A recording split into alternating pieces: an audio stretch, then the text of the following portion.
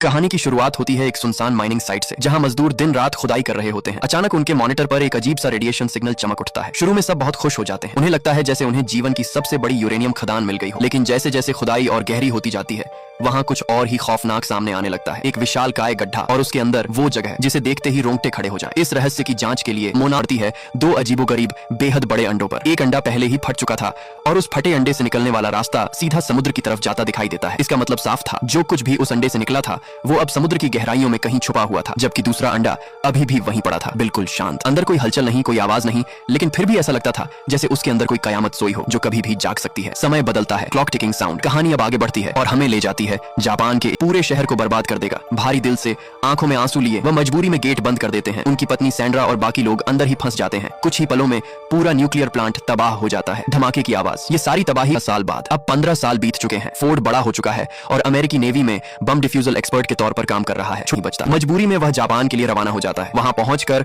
वह अपने पिता ब्रॉडी को जेल से छुड़ाता है। जेल से बाहर निकलते ही जो अपने बेटे को समझाने की कोई जोन बना दिया था। सबको बताया गया था कि वहां अभी भी खतरनाक रेडिएशन है और कोई भी वहां जिंदा नहीं रह सकता। लेकिन जैसे ही जो अपना प्रोटेक्टिव मास्क उतार देता है और सचमुच वहां कोई रेडिएशन नहीं था। हवा बिल्कुल साफ थी। इसका मतलब साफ था कि सरकार सालों से दुनिया से कोई बहुत बड़ा राज छिपा रही थी। दोनों अपने पुराने वीरान घर पहुंचते हैं। वहां जो को अपनी पत्नी सैंड्रा की पुरानी तस्वीरें मिलती हैं और उनकी आंखें भर आती हैं। साथ ही उन्हें वो गॉडजिला शहर में पहुंचकर म्यूटो को पकड़ने की कोशिश करता है, लेकिन म्यूटो उससे सीधे लड़ने की बजाय हवा में उड़कर भाग जाता है। डॉक्टर सेरेजावा को शक होता है कि म्यूटो लड़ाई से क्यों। दूसरा अंडा अमेरिका की एक न्यूक्लियर वेस्ट स्टोरेज साइट पर रखा गया था। जैसे ही सेना की टीम वहां पहुंचती है, हालात बदल चुके होते हैं। तय लगती है, पर ठीक उसी पल अंधेरे को चीरते हुए गॉडजिला पीछे से आता है और फीमेल म्यूटो को दबोच लेता है। अब वक्त था गॉडजिला के सबसे घातक हथियार का। उसकी पीठ